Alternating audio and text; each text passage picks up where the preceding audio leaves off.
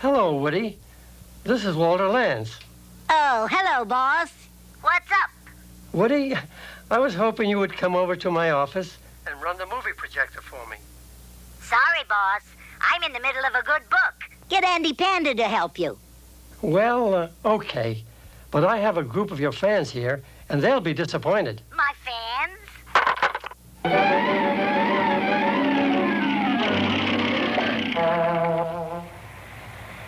Woody, are you still there?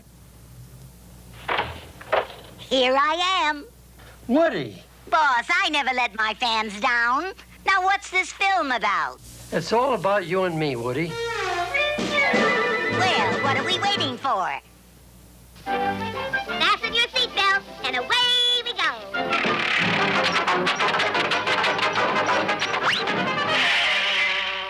Oh, well, on with the show.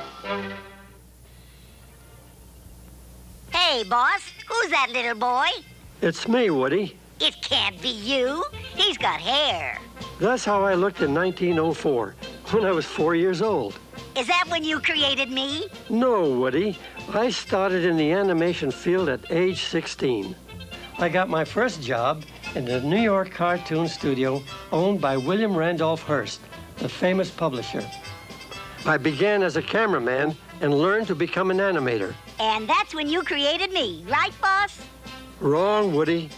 The silent cartoons that we made back then had characters that were famous in the Hearst newspaper comic strips. This cartoon featured the Katzenjammer Kids. Then in 1922, at the John R. Bray Studios, I created a character called Dinky Doodle, and I developed a technique to combine live action with animation. This is a scene from one of those early cartoons. Who's that leading man? That's me again, Woody. Oh, it can't be. He's got hair, too. But it is. Back then, I wrote, directed, and acted.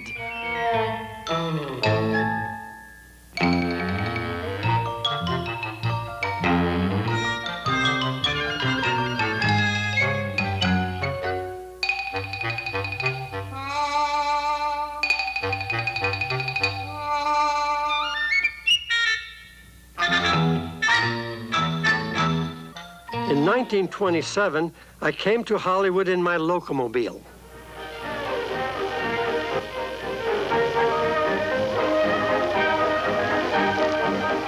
It's a miracle you made it. I met Mr. Carl Laemmle, the president of Universal Pictures, and he asked me to produce cartoons for the movies. And I was a star, right? No, the star was Oswald, the lucky rabbit. Oh, brother.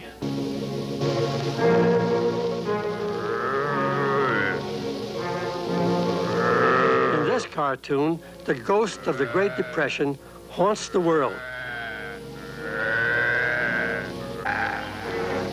And Oswald is inspired by President Franklin D. Roosevelt to spread confidence throughout the country. That's the title of the cartoon, Woody. Confidence. Mr. President, what will cure a depression? Confidence! And lick this old depression. Confidence! And wear the right expression. Smile, grin, laugh right out loud, and watch the golden sunshine, scatter every cloud. Confidence, hey, hey, it's our salvation. Confidence, the hope of our great nation. Teach it, preach it, count it, shout it, confidence. Just have confidence. Oswald's success gave Universal great confidence in me. So, in 1929, they asked me to do an animated opening for their all-Technicolor feature called The King of Jazz. It starred Paul Whiteman and his orchestra. And for this, I created the very first Technicolor animated cartoon.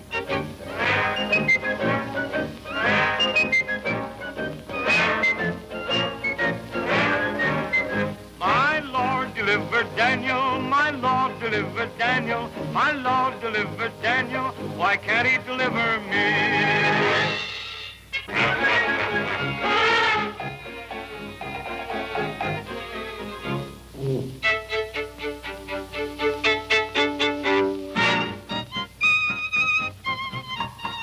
And the voice of the lion was one of those young singers in the Paul Whiteman Orchestra.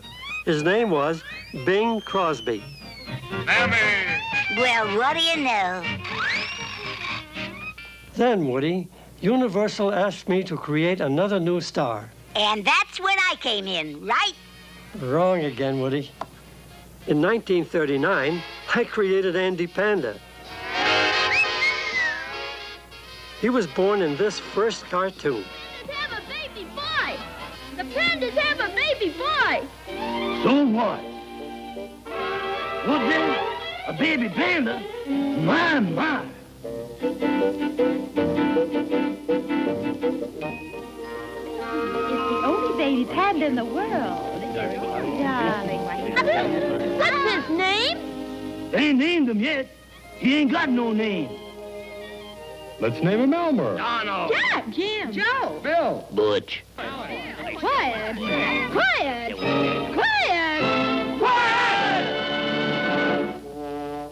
I'm going to call him Andy. Andy Panda. At first, we got a lot of laughs out of Papa Panda.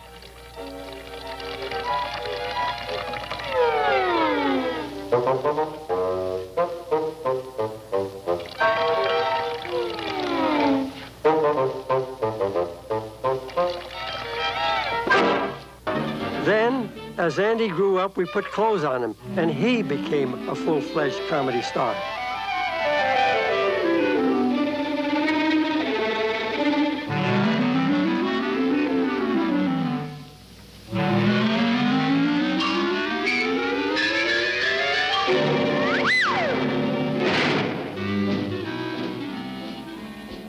The next year, Universal and I decided that we needed another new star. Me. A big star. Me. Someone kooky, crazy, and colorful. Me. So we went back to the drawing boards, and in 1940, we introduced our biggest star. Guess who? We put Woody Woodpecker in a cartoon with Andy Panda because we weren't sure he could act. You're not going to pull that old gag on me, are you, son? Do you know what I did to the last guy that tried that? Why, I tore him limb from limb.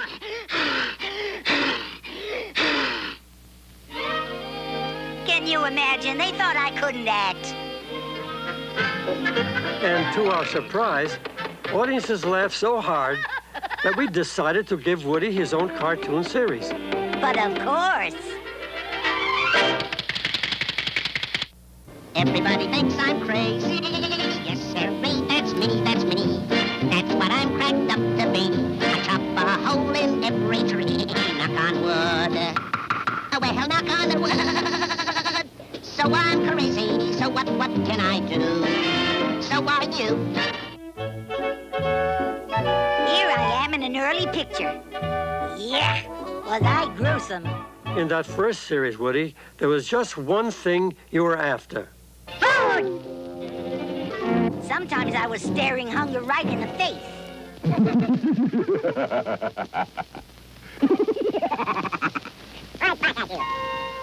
But sometimes Woody Woodpecker did crazy things just for the heck of it.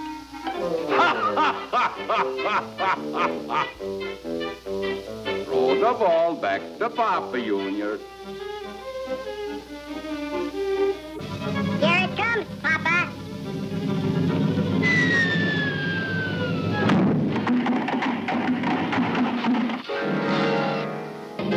Woody, if you were going to be a leading man, you had to look like one.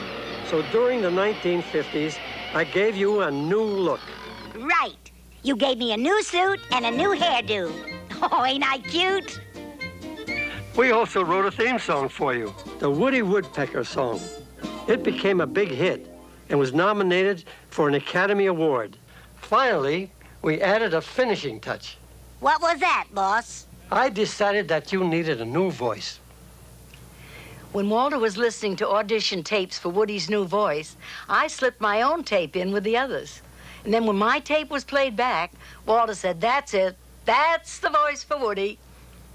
I can't tell you what he said when he realized that he had selected the voice of Gracie, his wife. I can't tell you either. But I gave the job to Gracie after all. Her years of performing in theater, films, and radio made her the best choice. You mean to tell me that my voice is done by a girl? How embarrassing. Gracie, how do you do it?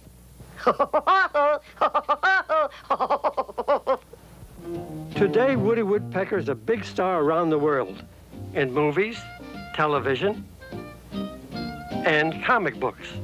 Hockey Hotspot? Who's that? That's you. That's what you're called in Sweden. In Mexico, you're El Pájaro Loco. In France, you're Pico.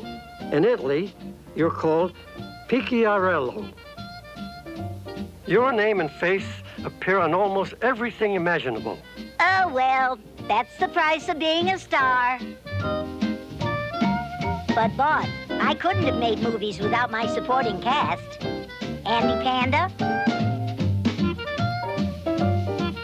Wally Walrus,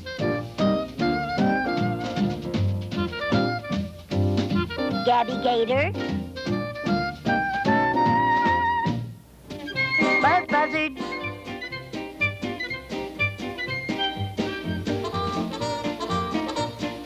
Chilly Willy,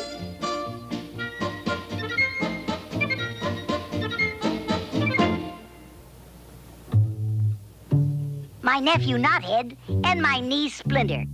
But let's also salute my producer, Walter Lantz. In 1979, the Motion Picture Academy of Arts and Sciences awarded you a special Oscar for Lifetime Achievement. How about that, boss? Aren't you glad you made me a star? Yes, I am, Woody.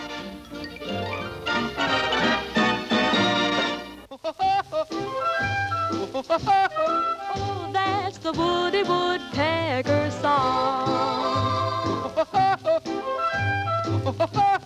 Yeah, he's a-pecking it all day long. He pecks a few holes in a tree.